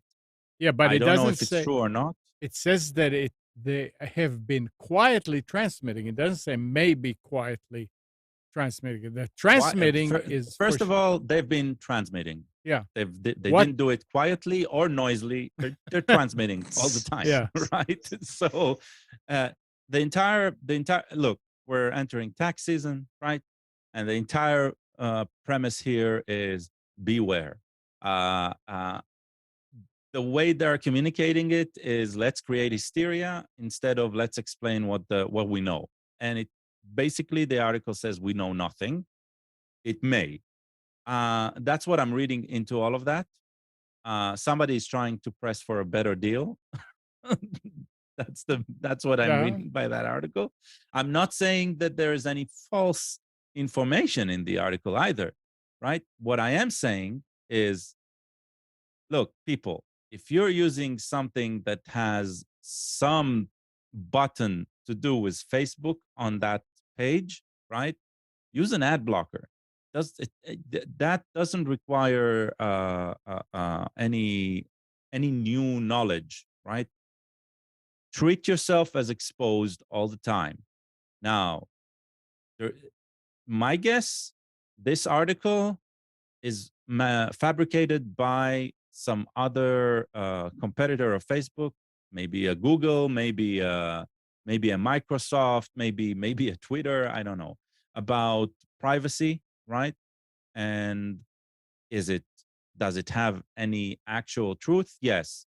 Your name, your email, some meta demographics about you is 100% being transferred. If the content that you are filling in the page is also being sent, that would be bad design on the site designer, right? And that means then an H&R Block, for example, type company, they made a bad deal or just made bad design decisions. Well, I Is mean, that the case? I don't know, right? Because the article doesn't point to any. right. Usually, these articles, when they are relevant, right, what we need to look for is a particular party stating particular facts. There's nothing in that like that in this article. There's no like this team of experts show that this and this data is transmitted from this point to that point. It's all very generic strokes. It may H&R type blocks, H&R block type website, etc. Right? So that's my analysis of that. Well, I'll ask it again. So you were saying something about the login, and that's when you The go somewhere and it says login with Facebook, right? So instead of Metapixel, right? Here, Google AdWords code. It's usually a line of code that is embedded into your pages, and it collects the information on here, the Facebook ad management side, right? And then this does two things. It provides you as the site management, the site owner. It provides you metadata about your browsing, about other people's who's browsing your system and how, right? And it also provides Meta with building a metadata profile about each user and knowing how to target these users in advertisement anywhere, right? Because Facebook doesn't only sell advertisement on their site. They sell advertisement. Mhm. So this is the same exact tactics that Google Analytics uses. Now, what can be transmitted, right? Let's talk about this. They're saying you might be exposing your income. If that income is passed in the URL, for example, 100% it is passed to that Facebook aggregate. Does Facebook know exactly that means that it's your income? Most likely not, right? It doesn't mean that the data isn't transferred. So that's why the red flags are quietly transmitting, right? Those words. Tax entry sites in general. The two examples are the big ones, right? By the way, was there TurboTax in that naming? No. No, right? So No. here we know who ordered this this article. Like it's exactly like that. It's you get the big players, but you don't get the biggest player, right? And they're mentioning be aware of Metapixel, but not Google Analytics, right? A good So point. yeah, that's what I'm reading from this. It's like, hey, beware of the competitors, but it's not really a privacy or personal security advocating article. It has a completely different motive. So No, maybe everything is correct, but that's it's correct about everything, right? So it's and none of the details are specific and none of the details are targeted. This is not a breach. This is not somebody's doing something wrong. It's they may be doing something wrong. So all right. That's fine. I'll take that. I mean, I never log in with Google or with Facebook. you don't need or to. You don't need whatever. to. I You know you're being tracked even if you're not logged in. Yeah. It might So- not be associated with your account, but it doesn't mean that it's not associated Yeah. with your IP address. Mhm. A signature about who's browsing is always being created, whether you like it or not, Yeah. right? We live in this world and we need to understand. and even if you use incognito. Yeah, even incognito. Yeah. Look, what you're Yep. doing in incognito is not necessarily attached directly to what you're doing outside of incognito, but it's still being still there. Yeah. collected, right? Yeah. So whether they're cross-referenced, that's another situation. I would say if you're a conspiracy theorist, you believe that everything is meshed. I would also say the effort that is required, computer-wise, right, computing power-wise, to cross-reference that is way, way, way too high. So it's a lot easier to build a profile that will go to junk eventually because there's no activity on it, right? And so all of that is subject to interpretation. But yes, you're always being collected and you're always being profiled the moment you open the browser. So So yeah. talk about browser now. I was reading an article about Arc, this ARC browser that is great. I was reading what was it? Oh, there was another one. It's Brave, a Chromium. Brave is one of the biggest one. No, it wasn't a big name. Can't remember now. Anyway, But there are apparently some other browsers out there other than the big names. Are they would it Yeah. do you any good to use them instead of one of the big names, like instead of Chrome or Firefox or So this really depends, and I'll explain. okay. And anybody else, Firefox, I mean, Fi- jump in yeah. if you have ideas. Go ahead. Firefox, Google, Edge, they are all based on the Chromium project, right? And so other other projects can as well be based on the Chromium project, Mhm. and they can create excellent browsers. The browsers you should use, right, are browsers from companies that are software development companies. And the reason is, and that they are maintaining the browser like previously. Like this is part of their Mhm. essence. And the reason that is important is because we're exposed to so many issues, to so many security focused issues, right? You want to be on the latest security updated browser. And if this is an art house that has licensed some software company to create a very fun browser, that is fine, but keep in mind you are going to be behind on one of the major engines of so if they had their own browser engine and what they weren't using Chromium, I would say, hey, you can try it. Most likely you're not going to be targeted because nobody's interested in the user base of this browser, right? But if you're using Chromium and you're doing something bizarre with it and you're not updating it rigorously because you don't have the funds and you don't have the manpower to deal with it, right? Then you're basically exposing yourself because you're saying, hey, whoever finds out I'm using a Chromium, it'll also see I'm using an old Chromium engine, right? And they can attack that old Chromium engine a lot easier than the new ones. Mhm. So Brave, Google Chrome, Edge, Firefox, those are always going to be on the forefront of security updates.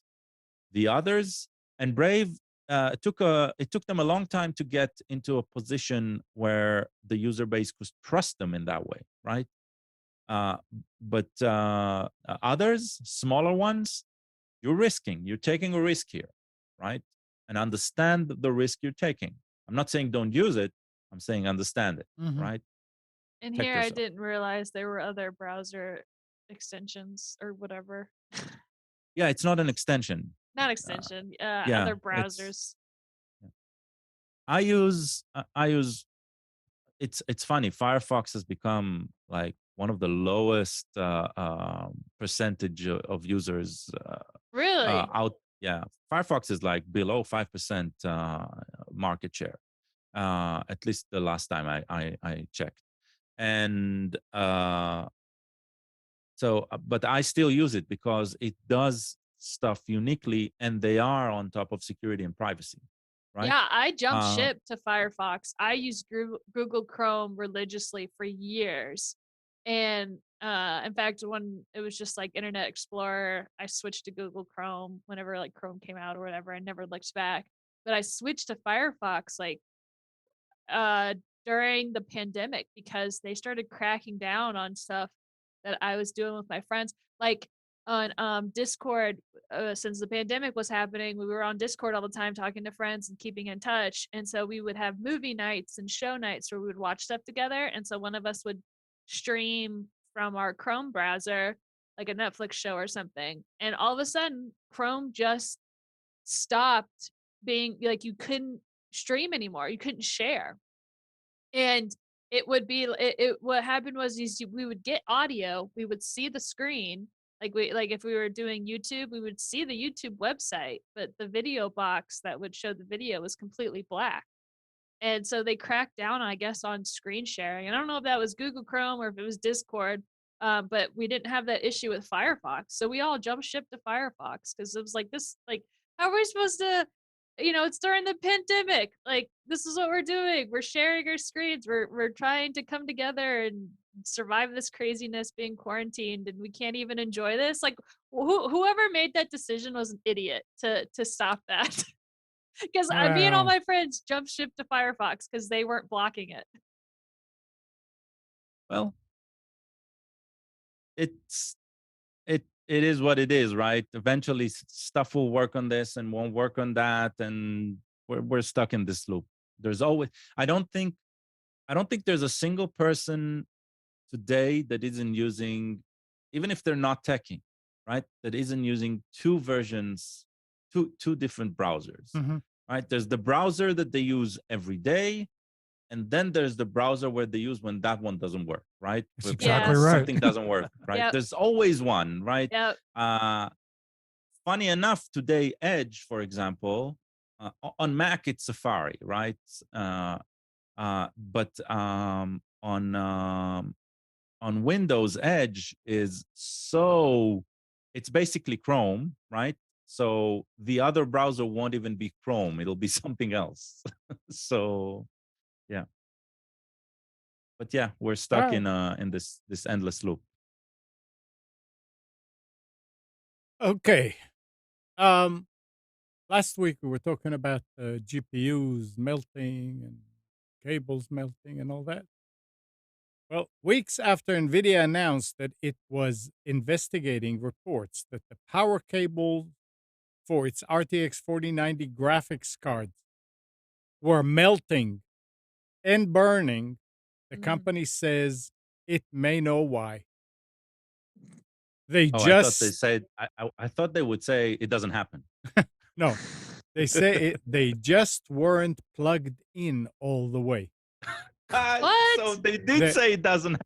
they said that the adapters, because the adapter on the cards is different and their most power supplies don't support it, they come with adapters. So they say that these were not plugged in all the way. In a post to its customer support forum on Friday, NVIDIA says that it's still investigating the reports, but that its findings suggest an insecure connector has been a common use.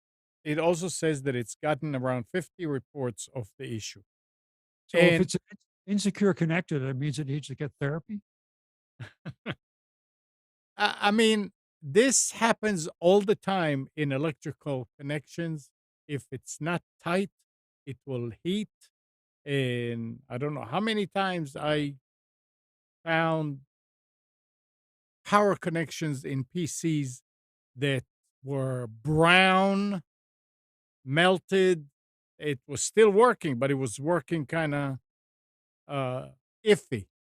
You see it a lot in UPSs that they melt. If it's not tight, it will melt. Depending, I That is mean, the correct, plastic, Amnon. the plastic. What? But so there's two issues, So right? that's what they First of say. all, Yeah. yeah, they are saying it Yeah. doesn't happen, right? That's No, what no, they're no, no, no, basically no. saying. They It's not our said that it fault, does sort of. happen, but it's because they weren't plugged in They correctly. also said 50 reports, Yeah, that they got. right? Yeah, like that sounds like a bit low, right? I don't Nick, know how many are did they sell? how many 4090s are out there.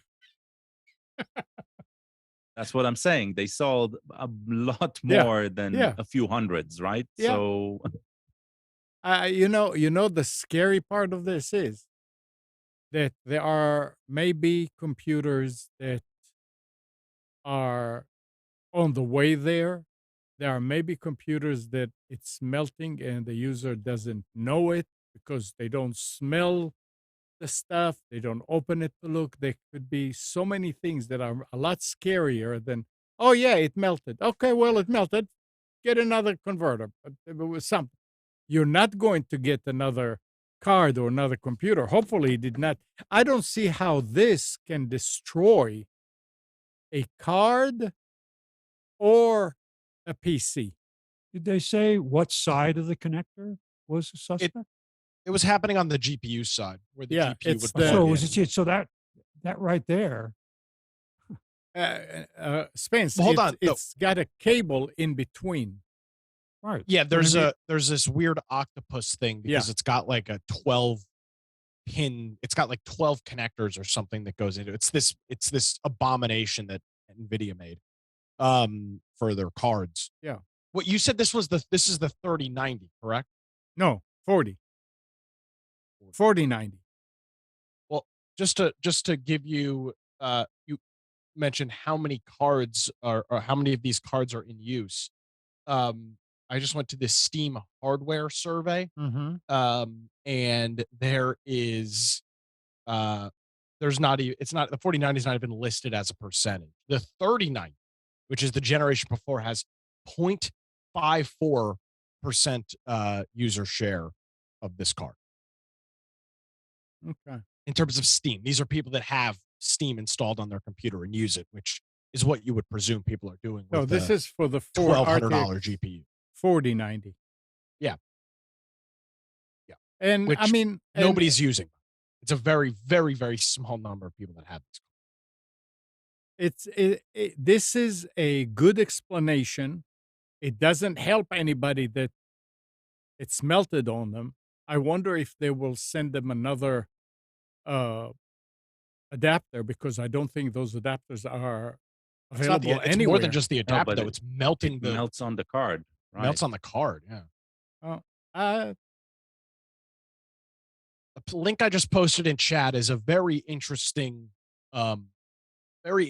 list. If you assume that everybody is running the latest and greatest video cards or graphics cards or even CPUs, take a look at the Steam hardware survey. There's a lot to glean from this. For example, the top GPU in the country, the top GPU in the world for Steam is the GTX 1060, which is at this point in 7-year-old card. Wait, that's what 8-year-old I card. have. Wait, Yeah. say Yeah, that but again. that makes sense. The 1060. What about the 1060? It makes sense. It's the top used card. Yeah, because I got the 1060 right before the prices went crazy because of Bitcoin. So Mhm. and then I was gonna replace it like a couple years ago, and I couldn't because my same card, the 1060, I got it for $250, and I looked it up online, and just that same card was like $1,000. Yeah. So, But then again, right?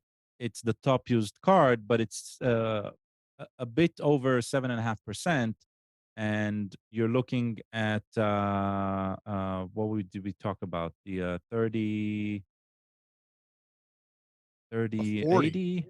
4090. Oh, 4090 is not even on the list. It's less than they're not even tracking. yeah. it So as a it's the percentage of use. 3090 that. Yeah, I was just looking at the 3090 because it was the closest card in terms of tier. Yeah, but look at the 3060, right? That's almost as much as the 1060, and the 3060. Those are all mobile, right? The 60s. No. No. No. No, but I mean, 60s. but none of the these. mobile ones you'll see they'll have like Oh, the right, laptop, RTX yeah, I see. 3060 laptop. But does the 3090 has that cable in between? No, it's just the 4000. Yeah. series. But it just goes to Thing show with you. the and- 4000, they cost like 3 times more than the previous line. It's that adapter. But what is so interesting about this, and if you look at the top 10 cards on here, yes, there are some 3000 series cards that are coming up in popularity, but the majority of people are still rocking 1000 series GTX cards. There's not even a 2000 series card on the top 10. So people are still running like myself, the 1070. Katie's rocking the 1060, still using Yeah. those, and then eventually you'll upgrade to something, but not This right now. machine here is running 1080. Yeah. There you go. I don't know anything about computer parts. Like I don't stay up to date. But what you don't mention the 2000s. Is there anything in the 2000s? Yeah, but So- nobody uses them. I mean, there's one card that people use, the 2060, but the 2000 was a very, very minuscule upgrade, and nobody. And by the time they announced the 2000 series, the 3000 series, or by the time the 2000 series was coming out, the 3000 series was already announced. So nobody bought it unless you needed a brand new GPU. Because I've been trying to upgrade my computer for years, and I'm trying to figure out ways to cut costs. So I was like, oh, maybe the 2000s because everybody keeps talking about the 3000s, but if it's not that big a difference, then No, I would definitely get it. I would not buy a 2000. If you're buying a new GPU today, get a upper end 3000 or 4000. Because the cool thing about these, and what this goes to show you, is that GPUs, unlike other pieces of hardware, can last for generations. For example, yeah. my 1070, I had in my other computer. I didn't buy it just for this machine.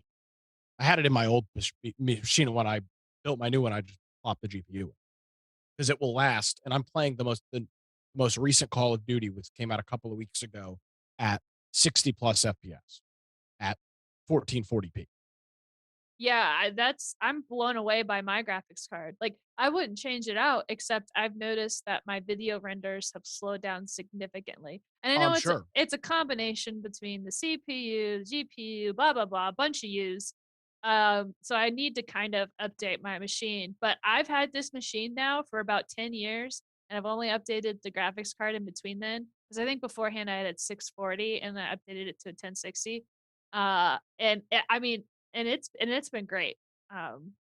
So yeah, those Huh? graphics cards, they make good graphics card over GeForce. Is that Nvidia? I don't know.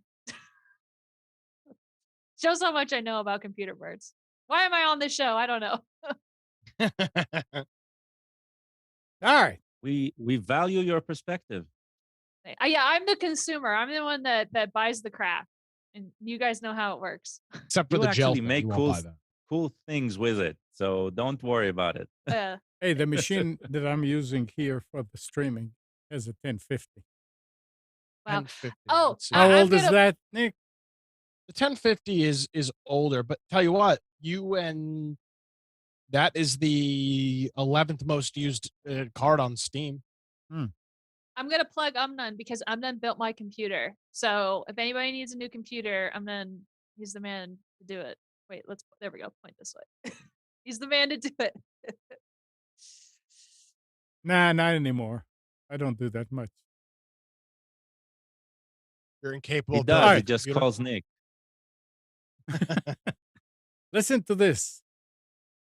It goes, Peter is an IT manager for a technology manufacturer that got hit with a Russian ransomware strain called Zeppelin in May of 2020. He'd been on the job less than 6 months, and because Oof. of the way his predecessor architected things, the company's data backups also were encrypted by Zeppelin. After 2 weeks of stalling their extortionists, Peter bosses were ready to capitulate and pay the ransom demand. Then came the unlikely call from an FBI agent. Don't pay, the agent said. We found someone who can crack the encryption. Peter, who spoke candidly about the attack on condition of anonymity, said the FBI told him to contact a cybersecurity consulting firm in New Jersey called Unit 221B, and specifically its founder, Lance James. Zeppelin sprang into the crime wave scene in December of 2019, but it wasn't long before James discovered multiple vulnerabilities in the malware encryption routines that allowed him to brute force the decryption keys in a matter of hours using nearly 100 cloud computer servers. What? This is Let me nice. ask this. This is nice. No, it's nice, but let me ask this. Did hiring what was the name 221B Yeah. cost him more than the ransom or not? I have no idea. I have no idea, and I'm actually for not have publicized because you know that the company, let's call them the bad guys, are going to fix it. Folks, this is what we call You know, a psyop. The FBI is behind this ransomware. The FBI is also behind the company that can magically unencrypt or de-encrypt the cyberware, and everybody's getting rich except for this poor bastard that works at this IT play, this poor IT guy. Everybody else is getting rich. Yeah. The FBI just a random call from the FBI. Oh, hey, there's this guy. He probably could do it for the low price of a couple $100,000. Yep. And hang up Finder's fee. and hang up the phone and call him and say, "Hey, expect a call from." Yeah, I mean, that's typical with the FBI and all these Yeah. organizations. They're keeping us safe. Thank God. And if you are in Brazil, the Brazilian Ministry of Justice ordered in September the suspension of iPhone sales in the country after concluding that Apple harms consumers by not offering the power adapter included with the device. Even after million-dollar fines, Apple still fails to comply with the requirement, which has now led to the federal district-based consumer protection regulator seizing iPhones from retail stores. As first reported by Technolog, Procon DF has seized hundreds of iPhones in different retail stores in Brasilia, the capital of Brazil. And in an action named Operation Discharge, the regulator aims to force Apple to comply with local law that requires smartphones to be equipped with the charger, including in the box. According to the report, the iPhones were seized at carrier stores and authorized Apple resellers. The regulator has ordered the banning of any iPhone model that lacks the charger included in the box. Although Apple stopped shipping the accessory for free with iPhone 12, the company also updated iPhone 11 with a new, more compact box without the charger. After the iPhones were seized, Apple Brazil requested the government to allow sales of the smartphones in the country until the final decision of the dispute. The company told Technoblog that it continues to sell iPhones in Brazil despite the operation. Can you imagine? Go to the stores and say, "Hey, let me have them. Let me have all the iPhones that come without chargers." Who pays the dealer? I don't know.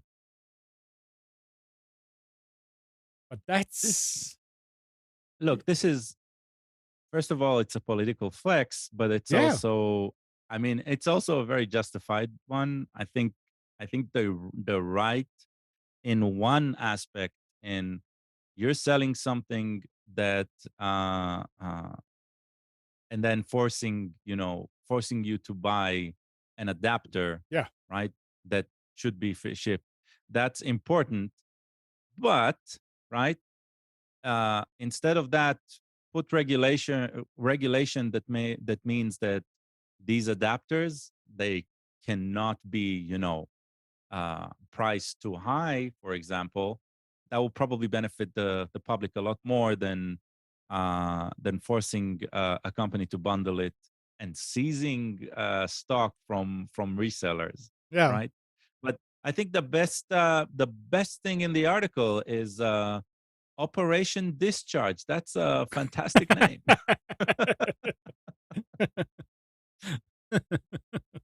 Yeah, well. All right, and to end today is another echo. The president of the European Commission, the executive branch of the European Union, has confirmed there are multiple ongoing investigations into TikTok because of security. Wow. Okay. How brave. What a bunch of morons. Yeah. Jesus. Wow. All right. I mean, you should investigate your drug dealers Yeah. on security. They need to be secure. Yeah. Investigate them now. They need to pay their taxes too. Exactly. Did you see That's that how they notice? get The you. IRS actually published a notice to say that if you have illegal gains, you need to report them on your taxes. illegal games. They're not sending their best, Spence. So I've got a funny picture before we get out of here. Yeah. I went to the Fort Fisher Aquarium yesterday. They have a whole bunch of Christmas trees and stuff set up inside of it. It's cool to visit this time of year. And I walked by an exhibit and saw this screen that whalesandDolphins.exe has stopped working. It's one of the exhibits. And They're going to collect unemployment. this was the error message, that was popping up on the screen. Windows 7, obviously, you can tell by the error message. And this custom software, literally called whalesandDolphins.exe, was not responding. So That's because Greta got to them. Have you searched torrents for whales and dolphins.exe? no, I have not. I haven't had a chance to scour the internet for it. There's sure there's a BitTorrent link somewhere that I can hopefully download this software. I'm sure it makes noises. I don't know what it does. The program didn't work. I was pressing the buttons to try and get it to operate, and it didn't. Very upset. Oh, Well, they- it's a very advanced VR interface for whales and dolphins, and you ruined their day. Well, it's run by the state government, so under the Parks and Recreation, so I would expect nothing less. A bunch of employees were standing next to it, of course, not doing anything because, again, well, yeah, what would I have come to expect with that besides, government employees? Thought that was pretty cool. It's always cool to see those things in the wild. I've Yeah. never seen Yeah. one with a software name like that before. That was pretty. Yeah. Were they concerned that the animals may have been offended, and that's why they didn't want to reset? Yeah, but that's possible. A strike. Yeah, going on strike. Yeah, that's just like the trains, the rail people. The rail workers. Yeah. All right. Anything else anybody wants to add here? Going once? No? Oh, well. Okay. I don't think I have anything anymore. Anything left? Oh, I did have one last thing. Yes. Is that please join me for my celebration party when I celebrate getting off of Spectrum, and I'm now on AT&T. We're going to have a big barbecue party, and Welcome. yeah, I we're good. switched to We're very good. AT&T as well. should be Hey, all- all Spence, set. where? There you go. All set. I'm gonna just go. I'll send out invitations. It's going to be a by invitation only event. I'll invite my Spectrum rep. That's it.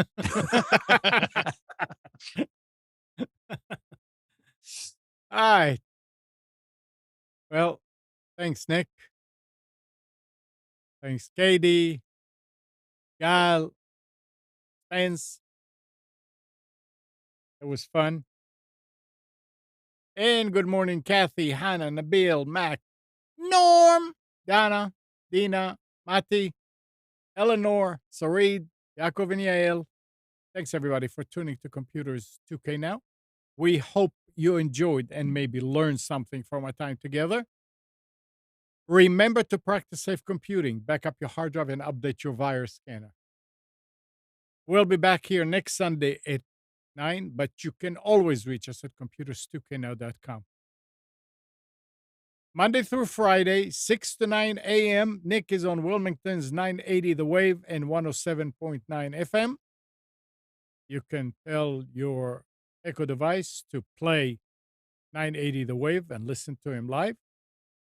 Or you can go to the recordings at nickcraig.com. And Tuesdays at 7 p.m., Nick and Brian do the Infection Podcast on Twitch.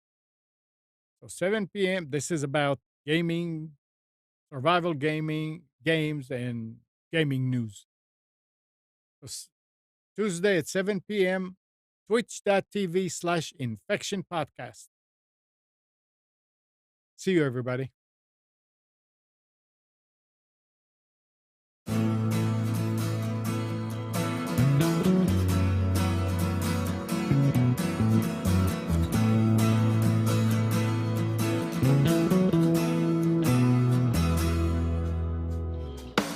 You are tuned to the Nissan Communications Network. If you tuned in too late, you can always watch each program in its entirety or download an MP3 audio file of it in the archives section at nissancommunications.com. Don't forget to subscribe to our YouTube channel, follow us on Twitter, and like us on Facebook. Sponsored by StreamingGear.com, Carolina Apparel, and DeltaForce.net.